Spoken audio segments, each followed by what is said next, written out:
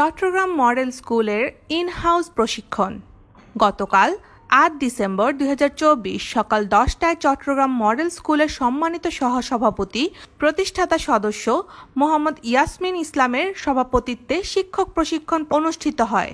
প্রশিক্ষণের বিষয় ছিল অভিভাবকদের প্রত্যাশা এবং সৃজনশীল দক্ষ ও আদর্শ শিক্ষকের দায়িত্ব ও কর্তব্য। এ বিষয়ে আলোচনা করেন এবং প্রশিক্ষণ কর্মশালায় অংশগ্রহণ করেন এম নজরুল ইসলাম খান। চট্টগ্রাম মডেল স্কুলের সিনিয়র সহকারী শিক্ষক মোহাম্মদ ইলিয়াসের পরিচালনায় এতে চট্টগ্রাম মডেল স্কুলের সকল শিক্ষকবৃন্দ অংশগ্রহণ করেন। মোহাম্মদ রুমানা পারভিন, কণিকা দাস, লাকি আক্তার, তানজিনা আক্তার, লাকি দাস, খাদিজা আক্তার, সুপন দেবনাথ, রিনা আক্তার প্রমুখ। এখানে প্রায় 18 বছর।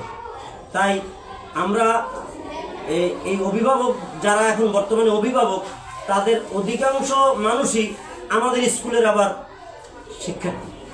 কিছু অভিভাবক তো শিক্ষার্থী, ৩-৪ জন তো আপনারাও চেনেন। তার মানে হচ্ছে অধিকাংশ আমাদের 10% অভিভাবক আছে যারা আমারই ছাত্র, আমার এই স্কুলেই পড়াশোনা করছে, তারা আবার এখানে পড়াচ্ছে। তাহলে ওদের ম্যানেজ করতে আমাদের বা ওদেরকে বোঝাতে আমাদের কষ্ট কম হবে। কিন্তু এই এলাকাটা হচ্ছে একটা ইপিজেড এলাকা। এই এলাকাটা হচ্ছে বাইরের বাংলাদেশের সব জেলার মানুষ এখানে বসবাস করে। বাংলাদেশের 64 জেলার মানুষই এই চট্টগ্রামে বসবাস করতেছে, বিভিন্নভাবে বাসা ভাড়া করে তারা প্রয়োজনে চাকরির ক্ষেত্রে জীবিকা অর্জনে এখানে বসবাস করে। তাই আমরা একটা এলাকার জন্য একরকম আচরণ, একরকম ভাষা, একরকম ব্যবহার অন্য মানে বাংলাদেশের 64টা সমাজ জেলা হিসেবে যদি ধরা হয়, তারা দেখবেন যে বাংলাদেশের মানুষ তাদেরকে যদি বলা হয় যে যাও কই দেশে যাই, তারা দেশ বলতে তাদের জেলাটাকে বোঝে।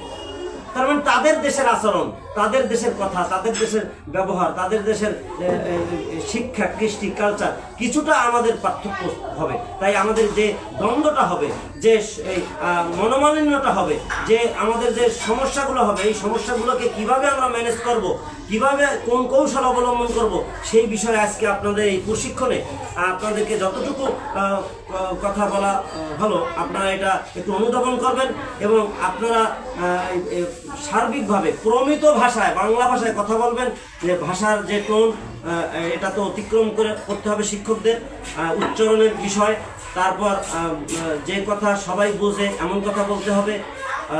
এরপরে দেখা যাচ্ছে যে আমাদের অঞ্চলের কিছু এই আচরণ অন্য অঞ্চলের আচরণ পার্থক্য আছে। তাই শিশুদেরকে বসানোর ক্ষেত্রে কে সামনে বসবে, কে পিছিয়ে বসবে, কে আগে বসবে, কে কার রোল নাম্বার 1 হবে, কে 2 হবে, এই নিয়ে যে অভিভাবকদের মধ্যে একটা সমস্যা হয়, সেটা আমরা কিভাবে ম্যানেজ করব তা নিয়ে আপনাদেরকে আমরা এতক্ষণ বলেছি, আর সামনে ভবিষ্যতে আরও বলবো।